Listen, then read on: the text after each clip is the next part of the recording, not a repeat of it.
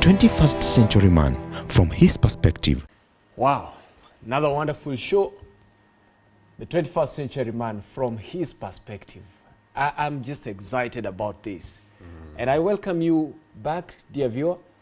We've been having this show over and over, and today we are going to discuss about this man as a successful man.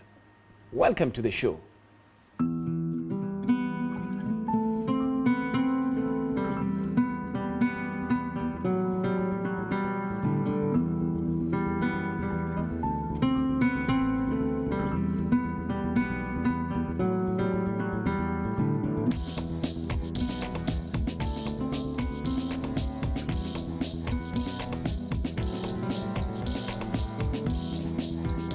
Are you that man? 21st century man from his perspective. With me for the show today is my friend, Pastor Douglas Atuti. Yeah. And my friend, Pastor Solomon Ogutu. We are the successful men on the show. And who else do you need to discuss about success than successful men? And so we will go on this. And just before we get to it, we would like to hear the word from the streets. What do people say about success? Let's get to the streets. The great success or the real definition of success that somebody can have in this life is to know Jesus as your personal savior. Success is achieving your personal goals. If you achieve your personal goal and you are happy of it, then that is success. 21st century man from his perspective. Welcome back, dear viewer. From the streets to the set. And we are here discussing about success. You know, when it comes to success, success is something that everyone wants to talk about. Everyone has an opinion. Everyone feels like they want to give their point. And we even have a picture of success. And the 21st century man is put in a fix. Everyone is making it. Everyone is driving a big vehicle. Everyone is owning a big home. Everyone has a farm somewhere. Everyone is talking about this and talking about that. And you have nothing. What is success? Andrew, success is a very broad term, which we may take days to really define it. But from the biblical point of view, merging it with the worldly point of view, success is moving from one level to another. Because the divine goal of a human being was to take care of God's resources, and by so doing, you would use those resources to become somebody. For example, when you look at Genesis chapter 1:28, there is a divine command which God says that be fruitful and increase in number.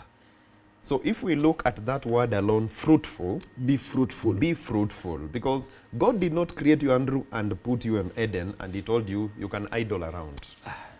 God gave you a divine command. I get you saying something. Be fruitful. Be you fruitful. just hear that? It means I'm already seeing you producing something. Yes. I didn't put you in Eden to Yes, survive. To survive or to idle around. So God says, be fruitful and increase. In other words, you don't just become fruitful in one aspect, but all round. The 21st century man needs to understand that success, according to the definition of God, is different from according to the definition of the world.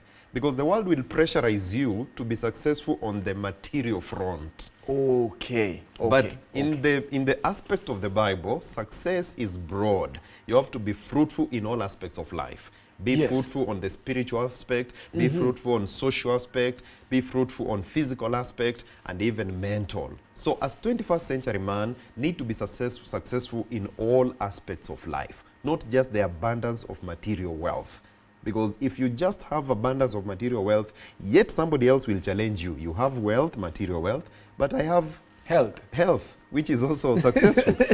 Yes. Yes, I'm also successful in health, but you're successful in wealth. And therefore, you need to be successful in all round. And that's why a 21st century man needs to be very careful. Are you succeeding in all faculties of life? Holistic success. Holistic success. According to how God dictated in Genesis. Because everything in this world can be traced from the history in Genesis. I would want to hear my brother. There's this comparison. What leads to comparison? Because you see, success seems to be narrowed down to what are they saying? Have they seen whether I have some vehicle or not? Have they seen whether I'm having some money or not? And to a large extent, if you have money, people think you're successful. One day, my immediate follower is a gentleman. Let me call him so, or a man. One day we were storing. Then he challenged me a bit, and I find it so practical in this show that the moment I come to you and find you driving a vehicle, Yes. then I say that I want to drive a vehicle like Andrew. That becomes the sailing of what I long to have in life. You won't get beyond Andrew Because it is you who is used as a benchmark. as a benchmark for my success. The moment I get that vehicle, I'll be satisfied. Are you getting it? So according to what Pastor is trying to put across, there must be a way on how we long to define success. I cannot define success according to the way you define success. Your success from childhood might have been that the moment you reach and build your home and have a child You're and fine. a wife and a vehicle, that is pure. You are successful. According to me, when I walk according to the dictates of the Bible and find my ways right with the Lord, I am successful. Because at the end of the day, it will count for me. Come ye, enter you faithful ones. And that is the way I view my success. You view it differently. But this obsession with so-and-so, so-and-so is doing this, so-and-so is doing that. Now I want to do that. And I look at it as though now this is now what I call success. All of us will fall. And are you saying something? The holistic approach is not saying that God doesn't want you to have material things. That is true. By the way, If you look at 633, in fact, Yes. we are on the same page. I was going to just talk about 633. Matthew. Seek ye first the kingdom of God. and his righteousness, Yes. and Everything all these things. will be added unto you. Why is he adding them if they are not necessary? They are necessary. He knows they are necessary. Yes. We need them. In fact, when you look at that text, an exegesis of the text will say that after all these things do the Gentiles seek. Yes. You see, when he's saying after all these things the Gentiles seek, but your heavenly Father knows that you have need Of of those these things. things. Of them. So it Very means these important. things can be brought. But these things should not be what constitutes success. Paul, I still refer to him. Yes. Saul, man of Tarsus. Yes. He says, on this I was this. On this I was this. I was a Pharisee of the Pharisees. I was this. But now I count them all rubbish For the sake. for the sake of the kingdom. Then King Solomon. Then 6:3 comes in. Seek ye first the kingdom. So which means the one which he sought first is now calling it as rubbish. Now he redefines his thinking and brings what is now first, which is the kingdom of God. And now that is why he says now, I count it now worthy. And you know, I see something when you're talking of seek first, it doesn't mean don't seek.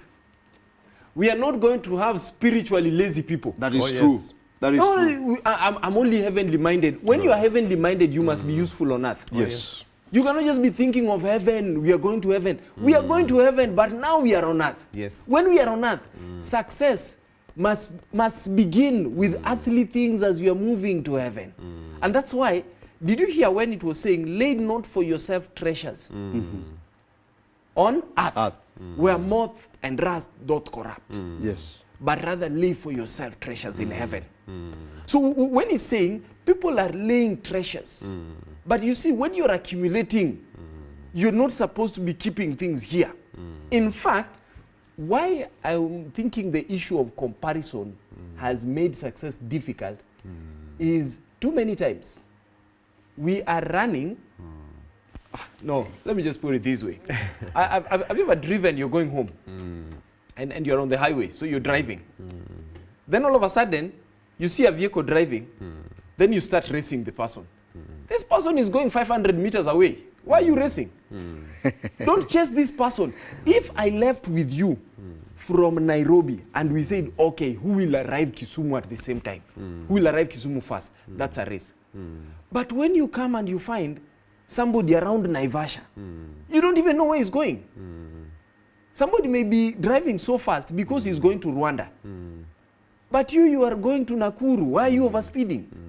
And I think that could be the case. Too many of us in the journey of life, you see somebody, there's a vehicle in front of you, you're already indicating. You're chasing the vehicle in front of you when you don't know what you're chasing. And I think Paul, speaking to Timothy, captured it very well when we talk of this issue of success. And I would just want us to reflect on it as we develop this. Listen to this in 1 Timothy chapter 6, reading from verse 6. But godliness with contentment is great gain. For we brought nothing into this world, and it is certain we can carry out nothing. What is contentment? With contentment, which means I need to be satisfied with that which is at my position, that which I have, that which I have accumulated. I need to be satisfied, contented with that. Then everything will be fine. Are we running the risk of being contented with mediocrity? Where does ambition comes in? Yeah. You know, Andrew, we also need to be very careful as Christians, because as Christians we are contented, but don't let's use the word contented to become lazy. True. That's why I'm saying contented with mediocrity. Mediocrity. We cover ourselves in the banner of contentment. Oh, you know, I'm a spiritual person. If I acquire a lot, I may not go to heaven. That is wrong. I will be humble. I'll be humble. Is there humility in being poor? No. The situation itself is humbling. In fact, God does not promote poverty in the Bible. And he's not even happy with when you are poor. Abraham was rich. No, just speak it before from you come all in the way person. down from Adam up to down. Those men were never poor. Yeah, you know, Job. Sometimes we become too obsessed by spirituality to an extent that you don't want to work. According to God, and I want to quote Andrew 3 verses. Yes. The first one I said was Genesis 1:28. Be God fruitful. says, be fruitful and multiply. And multiply. He repeats the same very words in Genesis 9:1. He says, be fruitful. After the flood. Yes, after the flood, be fruitful and multiply. He goes again to 9:7. Be fruitful and multiply. Now, if God is the one who gives us the ability to be fruitful and multiply, then where do we come in as human beings and we say, you know, if I get a lot of money, if I become rich, I may not go to heaven? That is wrong. Jesus, if you look at his history in the Bible, he spoke so much about issues to do with material issues and what have you, more than he spoke about salvation. Did you know that? Because Jesus himself knew that while we are here on earth, there are things we need. So the 21st century man, don't sit back and say, you know, I'm a Christian, I don't need to go what. Contentment is good because it will help you not to worship the material gains you have. That is when contentment comes in. Contentment should not be mistaken. It should not be for lack mistaken. of ambition. Yes, ambition should be there and it should have its Be portion. fruitful, multiply. You know, you've read it 3 times. Yes. And when an issue is spoken of 3 times, Emphasis. I pay close attention. Yes. There's Be an fruitful, emphasis. multiply. Yes. In other words, wherever we are, Be there's productive. room for improvement. Yes, and be productive. And be productive. So it Yes. means if you are here, I am contented. Yes. I am not checking whether I have the same suit as you, I have the same vehicle as you. Yes. But that doesn't mean that there's nothing wrong in having a vehicle. That is true. Andrew, let me give it this way. An illustration.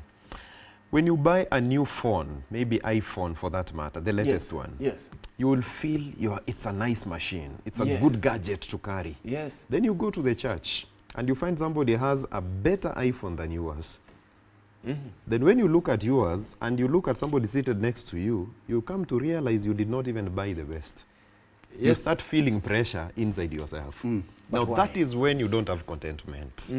You buy a V8, the latest one, maybe 2010.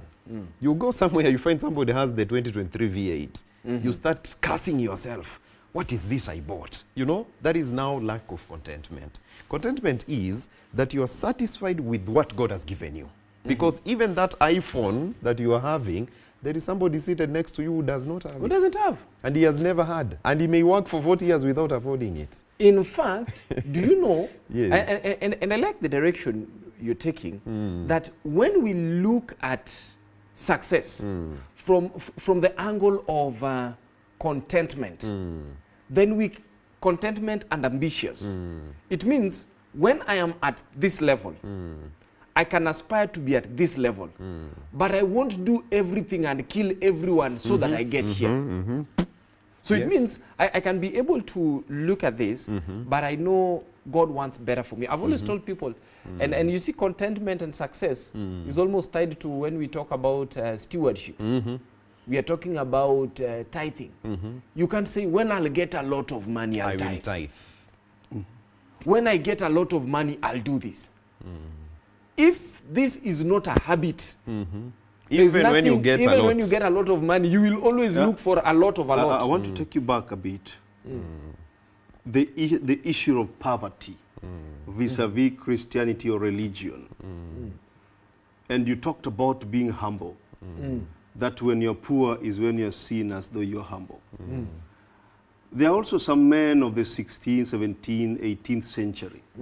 People like Karl Marx, Yes. if you might know him. Yes. He had one famous quote, that religion is the opium of the poor. Hold it there. I think I need to pick from there. Religion is the opium of the poor. And we get to a point of, these are poor people. Yes. Do you obviously become they are religious just because you're poor? Which means success is also not in them. Let's hold it there. Let's take a short break as we come back and pick from religion is the opium of the poor. 21st century man from his perspective. Hello children, I have great news for you. A brand new season of Bible Treasure Quest is coming soon. Do you know why you believe what you believe? There are things about our faith that are important for us to understand as children. Watch this brand new season and learn more through quizzes, games, stories, and songs. Don't miss out.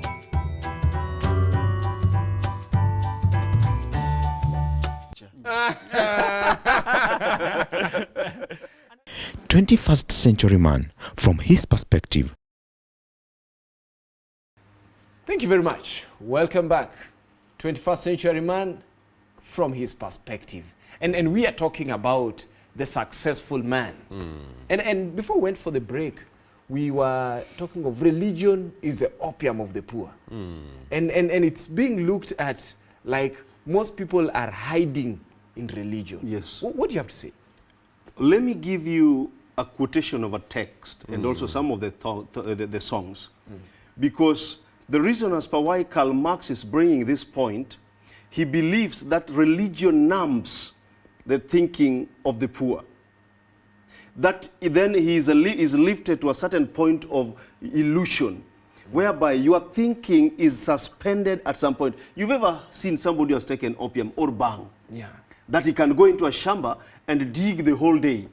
When he gets under that hallucination gets off him, he becomes back to normal. So that is what he thinks that happens. When I take you 11:29, that is Jeremiah.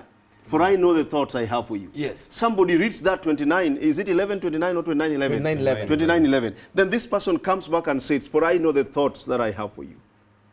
He's resting at home. Predestinated. Then he sits there and starts singing, does Jesus care when my heart is pained? No. Oh you yes, he pained- cares. you I know he pained your cares. heart. I'm seated at home. Does it work? Doesn't work. That is when now Karl Marx can prove that religion is the opium of the poor. But we need to get out of that thinking and understand that God has created that with all the faculties functional. All spheres in us are all functional. Now we need to get out and use each and every one of them to be all round for the sake of us to be successful in his vineyard. Andrew, let me debunk the thought of Karl Marx. Yes.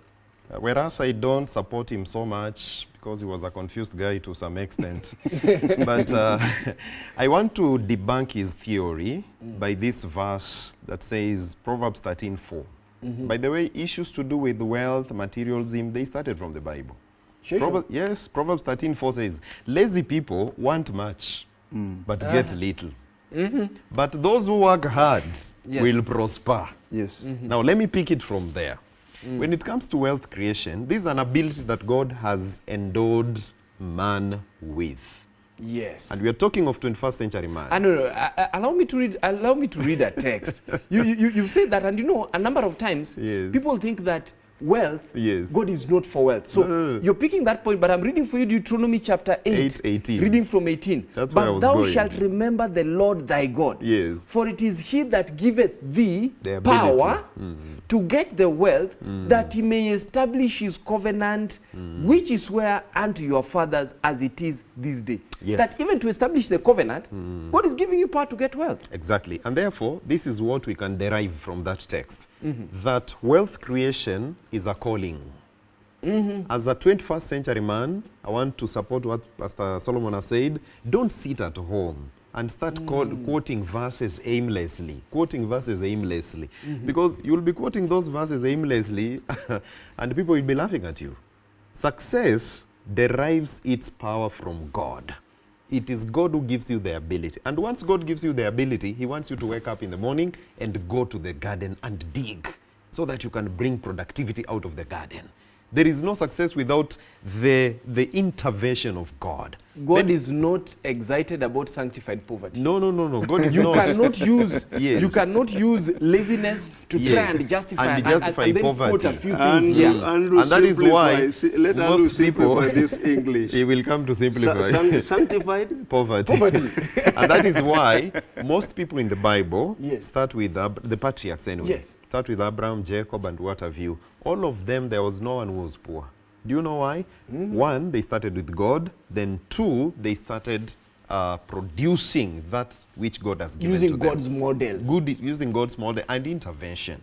And then you will now come to contentment. None of them worshipped their material possession.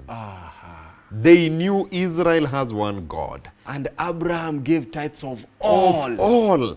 So the 21st century man is in a position where he wants to accumulate a lot and he does not want to involve God in his accumulation. He wants to accumulate a lot. He does not want to involve God in his accumulation. So what does God do? God withdraws himself and you start battling with contentment issues. And when you battle with contentment issues without God, you will find it rough, my brother. And you see, Before we see, Yes. let him explain a point. Yes. And that one should come out clearly. yes, Abraham started with the Lord. yes, And God blessed the work of his hand. And he gave more to the Lord. Giving back to the Lord. Which means even in the process of success, we need to learn the art of remembering our Creator and the giver.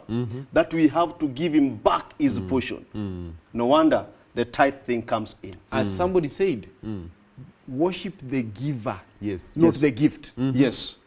The problem is the gift that the giver has given you. And you see, success, when you know the giver, you are successful. Yes. Because by having a connection with the giver, getting the gifts is not a problem. He has put them here. Didn't we read from Psalms 24?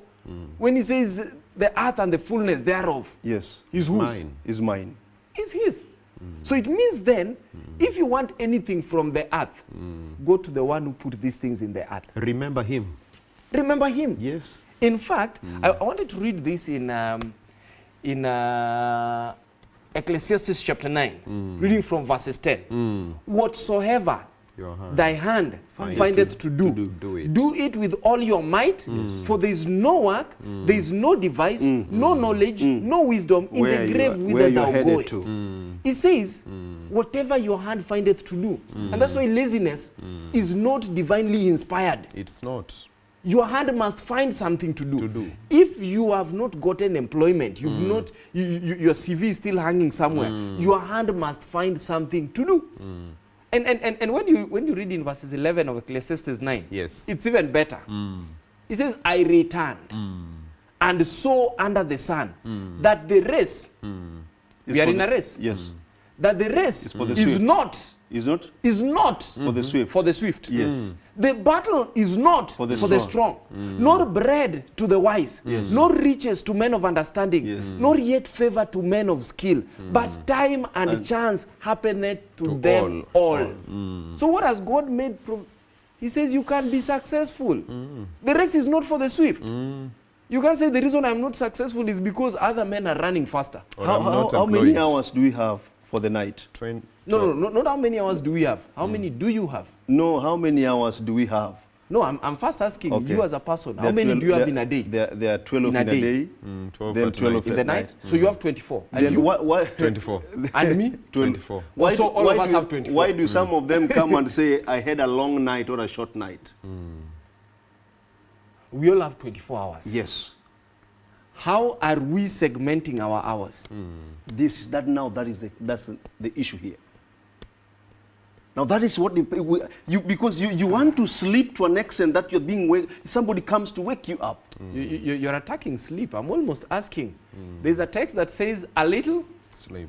a little Sleep. slumber, a little folding of the hands.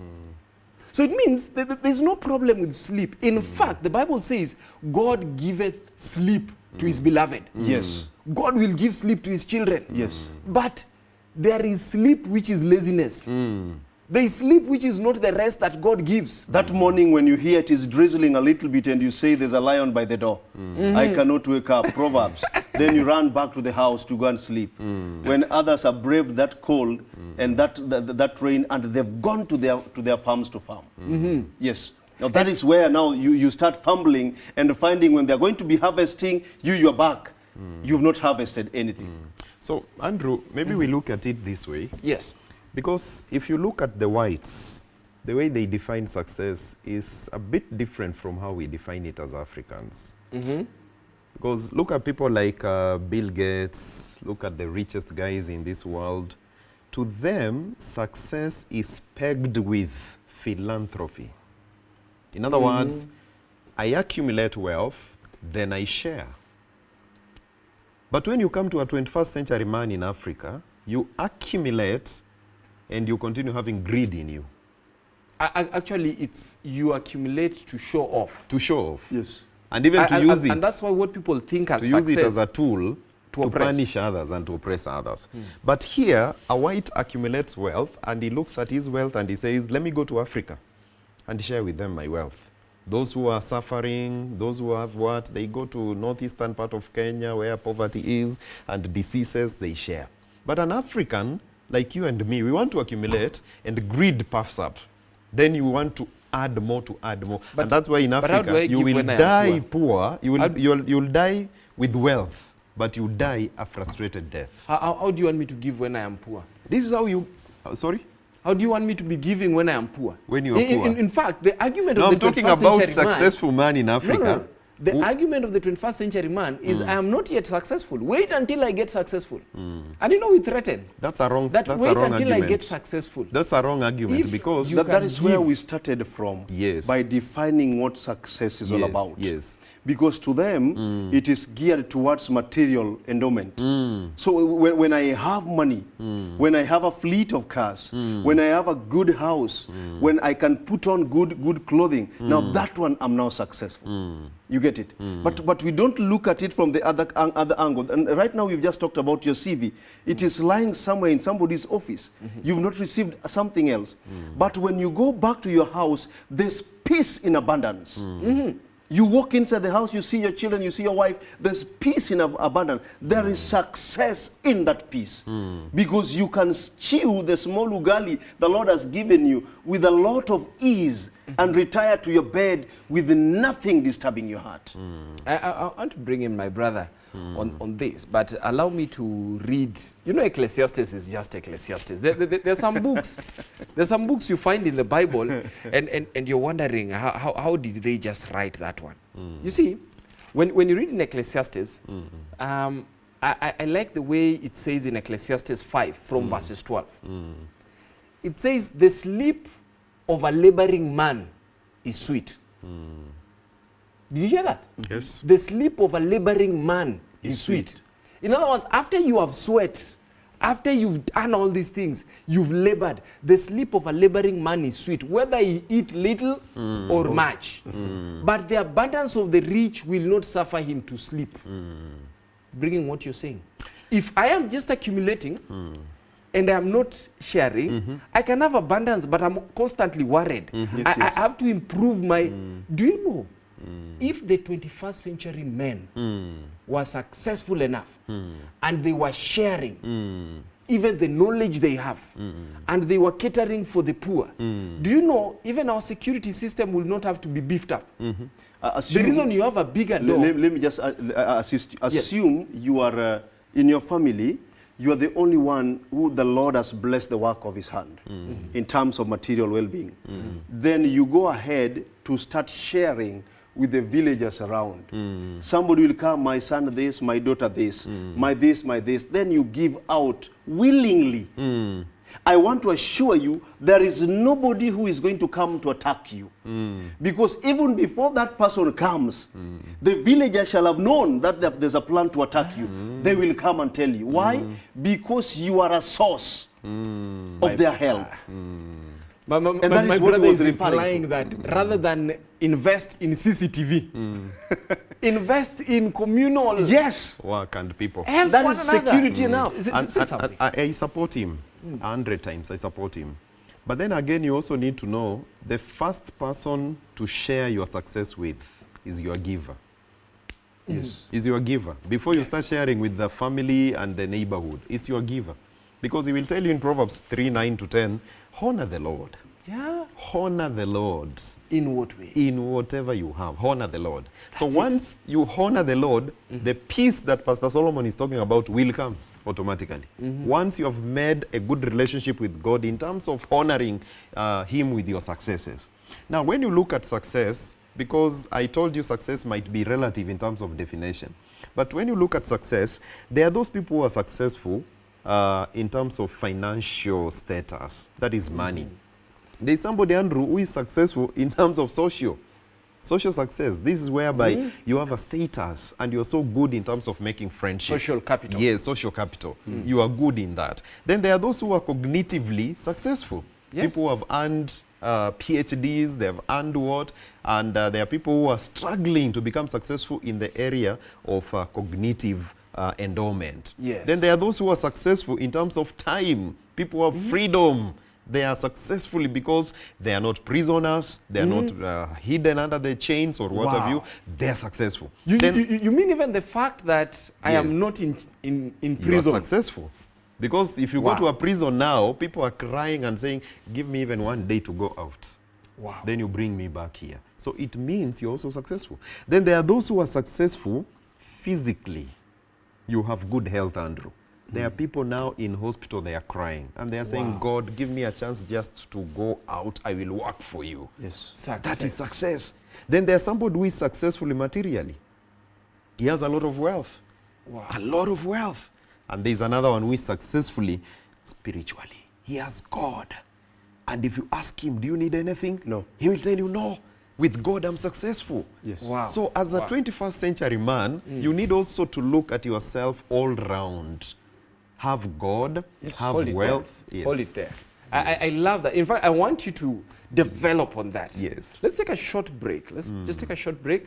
But success. How do we define success holistically? We'll be back shortly after the break. 21st century man from his perspective. For God so loved the world. Oh, love that will not let me go. Behold what manner of love. Yes. Come see what manner. I can't tell you. You have to see it for yourselves. That he gave his only begotten Son. I think it's important for us to forgive even if they do not confess. But for me as a Christian, I need to confess. That whosoever believes in him, I have believed. God's intention for us is higher, way beyond what we can ever imagine. should not perish. Follow the Lamb whithersoever he goeth. If he says stop lying, stop lying. If he said keep my commandments, we keep them. But have everlasting life. On Christ the solid rock I stand. We've been studying God's word and looking at steps that we ought to follow in order to get to know Him more. Let all things now living sing a song of thanksgiving. Let all things that have breath praise the Lord, for His worthy.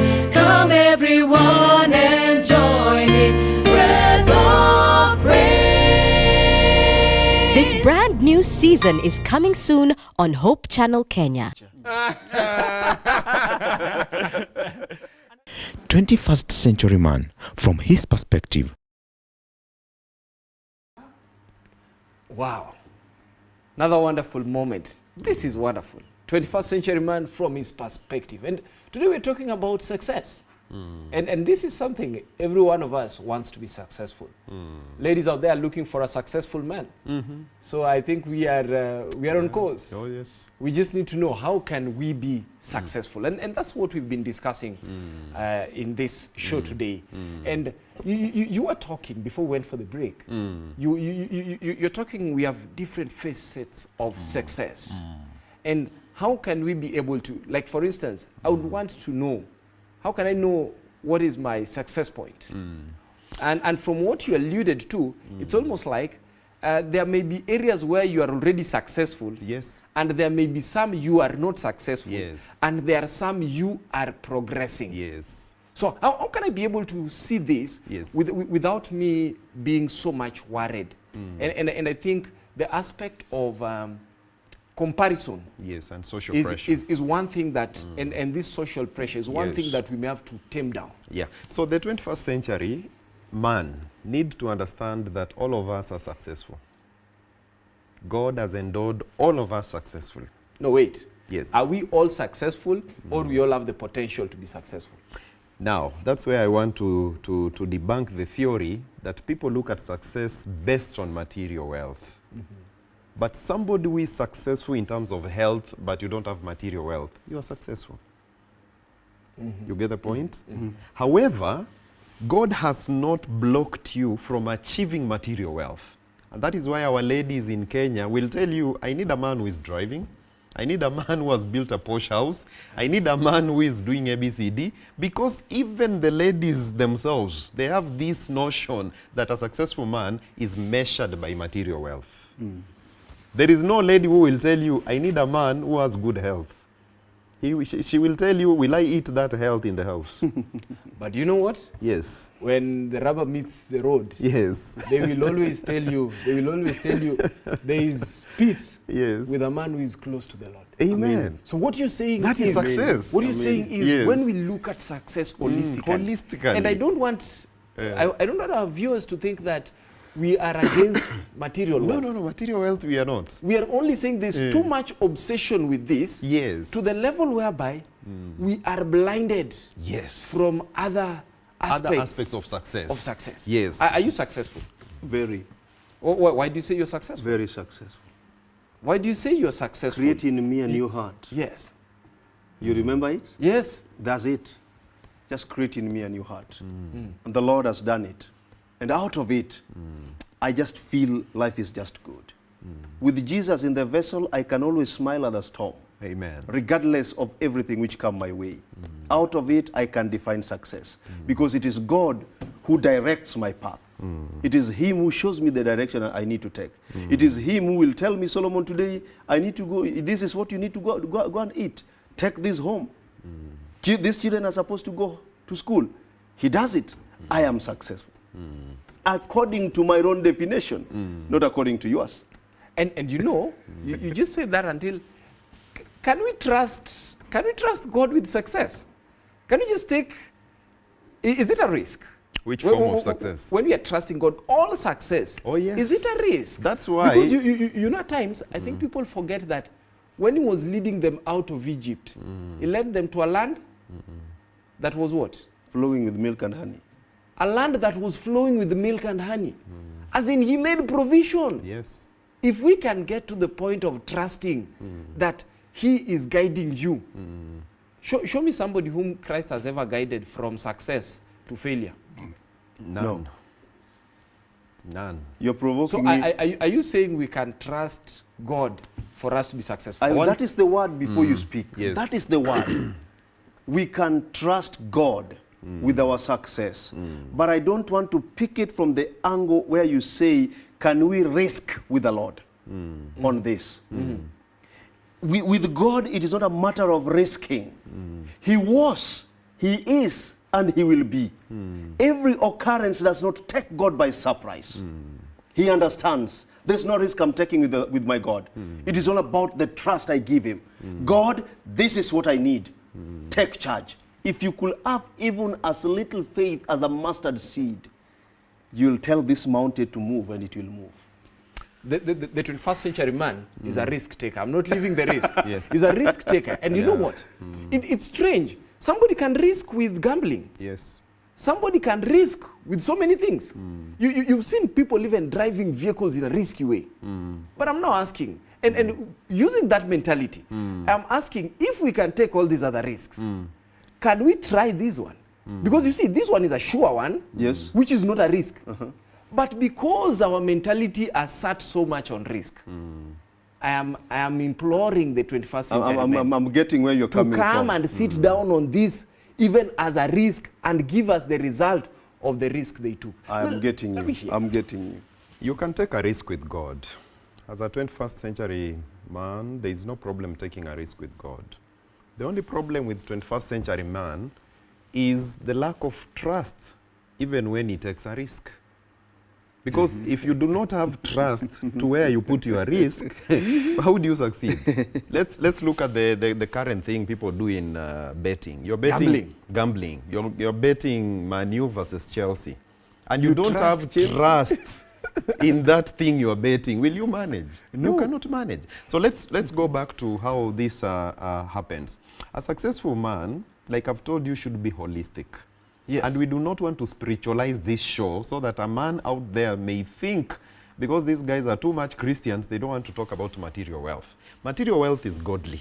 And God wants us all to have material wealth. Only that there are people, because lack of education, and not formal education, but education of understanding God Himself. Now, you asked, how can a man know he's successful? A man can only know he's successful, one, if your relationship with Him is good. Because you asked, you quoted a text which I want to take you back to: seek ye first. Yes. Now, assuming you have already sought God. Yes. You have already sought God and you're in good relationship with Him. Yes. Now, what remains? It is you to look for material wealth. And how do you get material wealth? This is now, I know men will not love me so much, because it is about time. In physics, you are told that distance is calculated by time and speed. So it's about a matter of time. You cannot graduate today from UON with a bachelor's degree. I'm an engineer by profession. Yes. So when you go to physics, you are telling me distance, speed, and time. Yes. You're saying that for me to move from point A to point B, in terms of success, you need time. I need time and speed. And I need speed. Yes. Do you know that why is I'm the quiet? formula of a successful man in the 21st century. Do you know why I'm quiet? Yes. Me and maths. But you're successful. Yeah. But you're successful. So Andrew, let me finish that point. Yes. You need time. Because distance is where are you going? Where are you going? How much are you covering? And remember, when God comes to meet with Abraham, He tells him, look up and see the number of stars. God was trying to tell him, man, you'll be successful like these stars. You can make it. You can make it. So every man is born with the potential to be successful. Potential. Yes, to be successful. The only problem we have with the 21st century man, it is social pressure, competition. This guy graduated last year from UON with a bachelor's degree of medical engineering or electrical engineering. He's now owning a posh house. For you, you graduated 10 years, you do not have a house. The question comes, do you think it is salary that made this guy be successful? Was it time? Was it time? Was it time? Yes. If you're looking at time, yes, there's another engineer yes, who sits somewhere. Yes. And within that time, yeah, the distance he has covered. Look at our parents, Andrew. they could work for almost 30 years without even buying a motorcycle, without even building a big posh house. Our 21st century man wants to graduate today, and next year he wants a V8, he wants to build a posh house. By all means, whether he steals, whether he bets, whether he does what. Those are things we cannot... So what you're saying is this 21st century man becomes successful materially, but morally he has broken successful. the success he has broken. And you see, with God. if the success came as a package, you know, we are saying the 21st century man is a successful man. He is. If success came as a package, it means when I am materially getting successful, I am not compromising on the moral success. Yes. I am not compromising on my spiritual success. I am not compromising on any other level of success. Even compassionate success. I care about others. Yes. I'm not going to step on others. Yes. Brother to get Andrew, to the point. it's like you're telling us that as a 21st century man starts as at a point of success. Yes. The starting point. He's born successful. All of us, onto your marks. Yes. You have your hands. The brain is intact. The 21st century man should know that we are blessed. Why? We are created in his own image, the giver and the provider of all that which we are looking for. So we are put at a point whereby each and every person has time and space. Yes. I almost became contentious by saying this, and I don't mind saying it. I'm just going to say this. You see, what kind of a child is it who looks at the other child falling down when they are trying to walk and laughs? How? Kids don't do that. But adults are laughing at one another. Just because you have a vehicle and I don't have, why are you laughing at me? Is it that your ego is massaged by having when I don't have? And that's why when I start having, you get worried, you want to have more so that you are constantly keeping the gap. You see, when we come up as kids... You've said a very terrible thing. Let me say it so terrible. There's a gentleman whom I came across. If today you buy shoes, which is somehow higher than his in terms of price, I'm giving you exactly 24 hours. He buys. And you'll see him with shoes of a price higher than yours. But why? If he walks into your house and finds you that he himself is having 42 inch and you're blessed with 55 inch, I promise you, I'm giving you 24 hours. He will have 60 inch. That's a deformity. You've called it? Yeah, that's mental deformity. That's more of a disability. Yeah, it's a disability. And I think it's more like, I don't know how I would put it, because I want to be also sensitive to, but I think that is where we are getting to. You see, if you're, and right now, you see, as a church, we're even dealing with possibility ministry. Yes. And we're empowering people. You see, when you find that I have, I'm not able to see. I normally say those of us who are in spectacles, they want to make it look like it's serious, but these people are, they are disabled. They are disabled. They can't see you clearly. Yes. But you see, what happens is, if you can be content that this is where I am, how can I better serve God like this? You can't start laughing at somebody. How do you laugh at somebody because they're on a wheelchair? You don't. And you see now what's happening is, you start thinking that you are better than this other person because they are here on a wheelchair. Not understanding that all of you, God views all of you as his children. As his children. So you see, when you start looking at even success based on what do you have, what do I have, let me get better than you, it means you don't even understand success. Andrew, let me ask a question. 3 guys are standing here. One is a professor who is very successful in the academia world, but is sickly. He has a terminal disease. The second guy is a materially wealthy guy in this world, but he lacks education, formal education. The third guy is so poor, Even this, the second guy is also sick, but material wealth. The third guy is so poor, he does not have education, formal, he does not have material wealth, but the guy has never been sick since he was born. He has never been ill or sick. Between the three, who is successful? That's almost like the other question I always ask. Between number one in class 1, number one in form 1, and number one in campus, who is the most intelligent?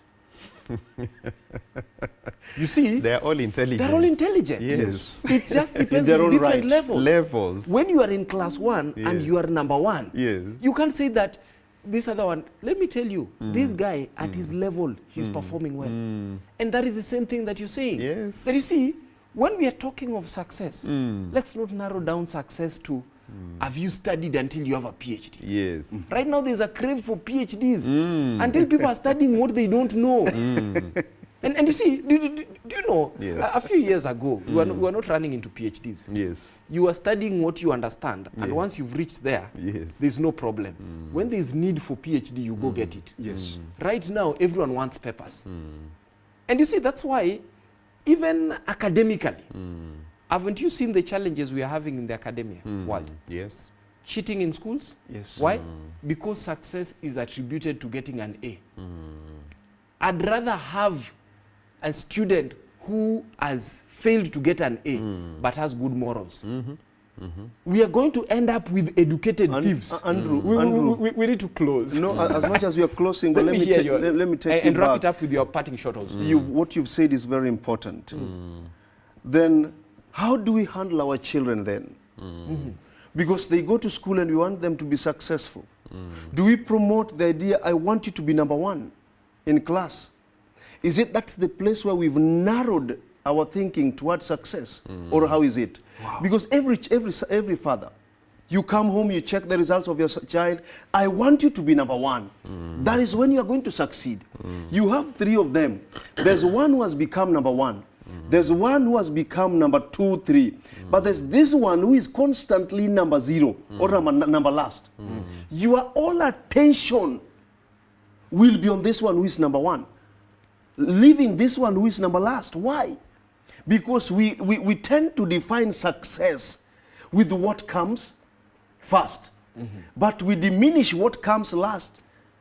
What Pastor said is very important. There's one who is endowed academically, but has got terminal illness. There's one who is endowed materially, but academically, he is a dwarf. But this one, mentally and wealth-wise, is nothing. But he has health. He has health. He has never gone to the hospital. How do we help to bring up children to define success? Answer that with your 1 minute as you close. Success, it is holistical. Yes. And that's why Mother Teresa died, but up to now, she was the most successful woman in this world in matters care. Sure. When it comes to Martin Luther, he died, but he was the most successful on matters freedom. Yes.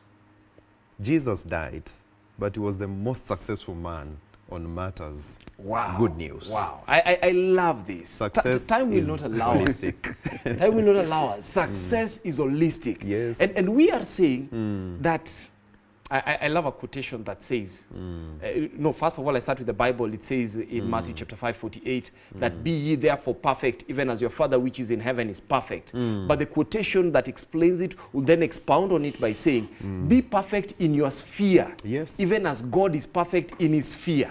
So wherever you find yourself, do your best. Yes. Be successful. And also spend time. The 21st century man, listen to me, spend time identifying the successes you've achieved in this life. If you are alive today, you are successful in terms of life. Yes. The song says, as you continue, yes, count your blessings. Name them one by one. And you will be surprised to see what the Lord has done. And it means when you're looking at success, you are going to view and have this wider picture of success. Don't narrow it down to material wealth. And also, do not narrow it down. And there are people who just think that because I'm spiritual, I'm successful. But we are saying that success is going to be holistic. All round. Success is going to be me sitting down and saying, how can I be able to be relevant? Yes. In fact, success is appreciating that I am a center of influence, and I can influence others positively. In this show, as we talk about the 21st century man, we are seeking to bring up successful men. Men who will not be defined by their peers, men who will not be defined by their friends, what their friends have done, but men who will set the standard. I want to leave our viewer with a challenge today. Can men sit down and define the path they want to go and say, this is where I want to arrive, socially, spiritually, materially, academically. Be on your own path, attain your success, and God is willing to work with you if you're willing to be used by him to be successful. We will close for today, but we welcome you as we continue on the 21st century man from his perspective. Our next episode will be talking about the ever-present man, a man who should be present. When you're successful, you must also be available. Yes. Thank you very much, and the Lord bless you. Thank you. Thank you.